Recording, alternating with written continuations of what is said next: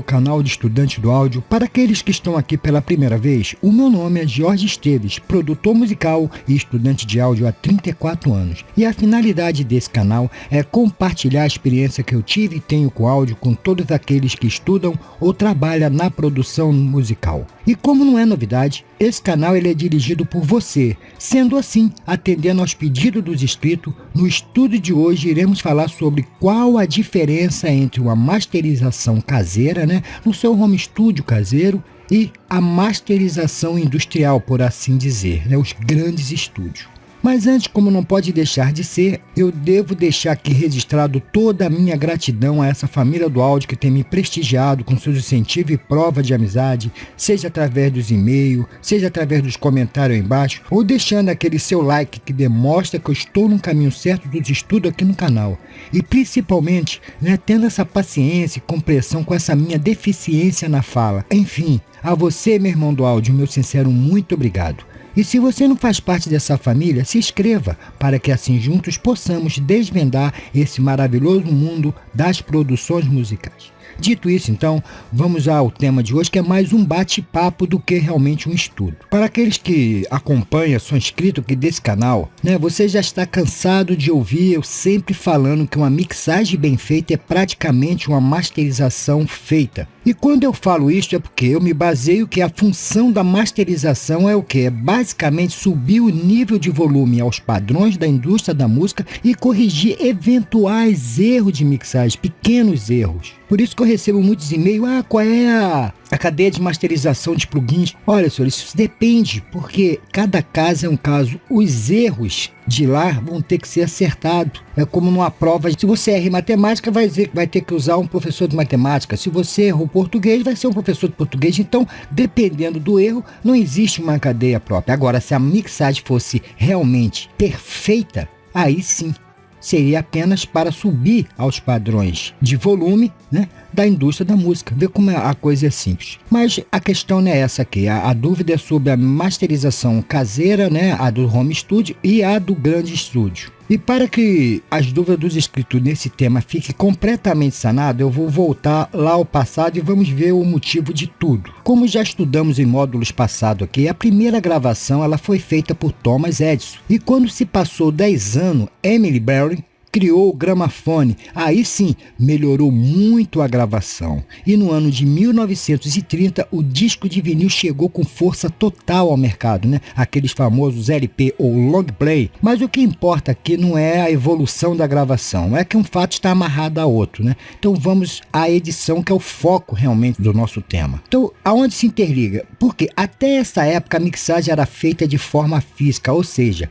o engenheiro arranjava uma sala acusticamente propícia àquele estilo de música que seria executada, e previamente os músicos ensaiavam por meses, porque, como eu já disse, não podia ter erro, porque a master era muito cara. Se errasse, seria a gravação, tinha que jogar fora, e aí era altíssimo o valor para comprar, outra master para fazer a gravação. Então tinha que ser tudo perfeito. Então ali o engenheiro de gravação tinha que ter o mínimo cuidado. Então, depois de tudo pronto, os músicos, os instrumentos tudo bonitinho, os instrumentos todos eles afinado, alinhado. Então o que acontecia? Ele pegava os músicos e colocava em posições de forma que a dinâmica dos instrumentos chegasse ao captador, que era um microfone que ficava bem em frente, gravava tudo a uma, de forma que tudo ficasse dentro já de um volume proposto ao disco. Como acontece com a orquestra. A orquestra ela é arrumada de acordo com o ouvinte ali, que tem o seu receptor, que é os seus ouvidos, receba aquela informação já com a dinâmica pronta. Hoje em dia que você mete no computador e você brinca de aumentar, diminuir o volume. Antigamente não, tinha que ser tudo feito ali, ver a preocupação que era. E 20 anos mais tarde veio a evolução da gravação em fita. Aí as coisas mudaram, porque agora você podia gravar, como eu disse, os instrumentos de forma separada, tornando assim a mixagem mais controlada. E a razão de eu contar toda essa história é porque eu quero chegar ao ponto central, que nessa época, antes de começar a gravar, havia uma grande responsabilidade de ter o quê? Bons músicos, bons captadores, bons cabos, tudo tinha que ser perfeito. Por isso que eu falo, já hoje na era digital, pela nossa adversidade de recurso tecnológico, deixamos passar batido muitas coisas. Eu mesmo já cometi muitos erros. A pessoa às vezes está tocando um cavaquinho lá, cheio de corrente, está lá aquilo gravando, eu nem me atentar naquele barulho ali, né, dos outros sons, camuflava ali dentro, mascarava e eu não via. Depois, quando eu ia fazer a edição do áudio, falava, ah, meu Deus, esqueci de mandar o cara tirar o negócio. Porque a gente já ficamos relaxados, a era digital deixou a gente relaxado. E nós temos sempre na cabeça que nós temos uma mixagem para arrumar isso e, na masterização a gente resolve o resto. Então esse é o grande problema do mundo digital. Então neste ponto eu vou deixar registrado que eu vou apenas me focar na pergunta feita sobre a masterização de estudo caseiro e o estúdio profissional, e não no aspecto da estrutura acústica, equipamento, focando no conhecimento técnico. Porque esse item pode ser encontrado nos dois mundos, mas realmente é ele que é o tendão de Aquiles da pergunta do estudo de hoje. E eu agora vou ter que ficar numa posição ruim porque eu vou ter que ser polêmico. E sei que muitos vão discordar do que eu vou falar aqui, mas vamos lá. Então o que acontece? Quando um empresário resolve montar seu estudo, logicamente ali terá todo um alto investimento em acústica e equipamento, né? Que ele gasta muito, que ele quer atrair os clientes, e os clientes que têm dinheiro. E como consequência natural, a pessoa que investe muito dinheiro, ela tem uma preocupação muito grande com isso, com o dinheiro investido. Ela não quer perder o dinheiro. Então, o que acontece? A pessoa procura ali ter o máximo de conhecimento técnico possível. Então, o grande estúdio, pode ver que lá estão os engenheiros de áudio renomados. Por quê? Eles se tornaram tão renomados porque eles se preocupam em realmente saber tudo, ter conhecimento técnico de tudo. Já quando uma pessoa, a gente, que é a pessoa comum, monta um home studio, pelo pouco valor envolvido, pouco valor eu digo porque hoje em dia realmente uma interface está muito cara, mas em relação ao estudo profissional não é nada, né? Que você gasta. Então, quem grava ali, compra sua interface pequenininha, compra ali um microfonezinho e começa a gravar. E não se preocupa muito em ter conhecimento técnico. Por quê? Ele vai gravar. Então ele vê aqui, por exemplo, aqui dentro do canal, ele vê ali algo falando de voz. Como editar essa voz. Então ele olha aquilo ali, mas nós esquecemos de uma coisa. Para aqueles que acompanham aqui sabem disso. Um vocal, ele tem tonalidades e timbres diferentes. Então cada vocal vai ter uma edição diferente. Então veja que você precisa de conhecimento realmente vasto. Não é só saber, como vou editar um vocal, como editar um tenor. Não, por quê?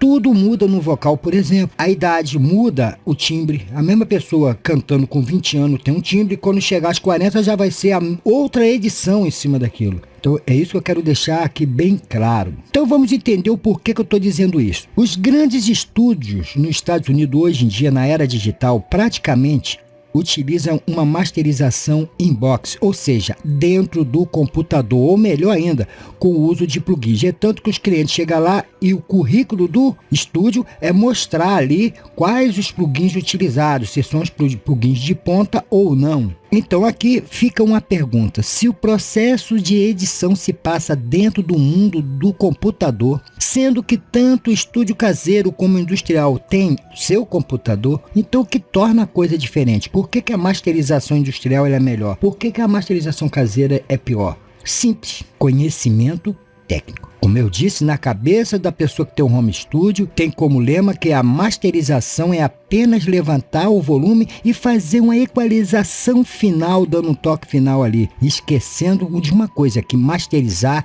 é a última chance de corrigir qualquer problema. E o grande vilão da masterização é justamente o que? É os problemas causados pela acústica do local gravado, que desbalanceia todo o espectro de frequência.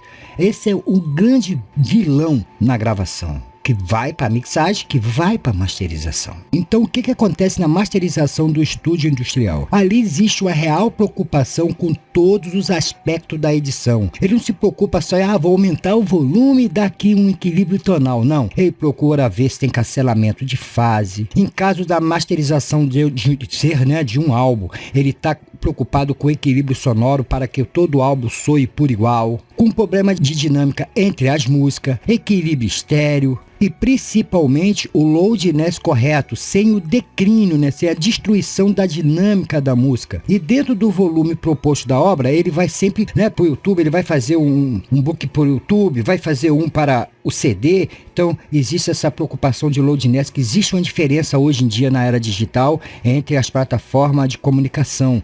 Então existe hoje já um volume certo para cada coisa. E principalmente o engenheiro ali de masterização, ele está preocupado com uma coisa, com a masterização criativa. Ele deixar sua marca de uma coisa diferente que seja bonita. E para isso, conhecimento técnico é a chave. Então, senhores, o que nós podemos concluir de que de nada adianta ter um ambiente propício, né? Tudo acusticamente bem feito, ferramenta de edições top de mercado, sem ter o perfeito domínio técnico. Então, o que nós podemos realmente finalizar, que o estúdio caseiro pode sim ter um resultado profissional, mas para isso tem que quem está ali editando tem um domínio perfeito técnico. Porque um dos grandes impasses entre o estúdio caseiro e o profissional se passa principalmente no nível técnico. É lógico que lá ele tem ferramentas, tem ambiente que vai ajudar ele a diminuir esses erros de gravações. Então, com isso, menor será a edição, menor será a edição na masterização. Lógico que existe isso, mas no global final, senhores, o que interessa é o domínio. Se você gravou no ambiente não propício, mas se você tem técnica, você vai lapidar aquilo a um nível quase profissional. Você não tem aqueles equipamentos dele, mas vai chegar ali próximo, vai chegar ali colado. Bom, senhores, não vou continuar falando, falei demais um assunto tão pequeno. Sendo assim, creio que o objeto da dúvida dos inscritos já tenha sido sanado. Digo e aconselho, senhores, não estou pedindo a ninguém para que fique assistindo o vídeo aqui do canal, mas se você quer realmente ser um bom profissional com pouco recurso, tenha conhecimento técnico. E aqui nesse canal eu tento passar tudo que eu aprendi de forma gratuita, porque eu quero ajudar você. Então procure sempre, não preciso saber sobre compressor. Tem que saber sim. Equalizador, tem que saber. Não tem que saber como fazer um envelope tonal. Tem, porque vai chegar o dia de você precisar usar uma ferramenta para um tipo de edição e você não sabe fazer sempre tudo igual. Então agradeço aí a família do áudio que tem me prestigiado através de comentário, como eu já falei, através dos e-mails, com esses incentivos e principalmente aí deixando o seu like aí embaixo. Então a toda a família do áudio, meu muito obrigado e até o nosso próximo encontro, querendo Deus.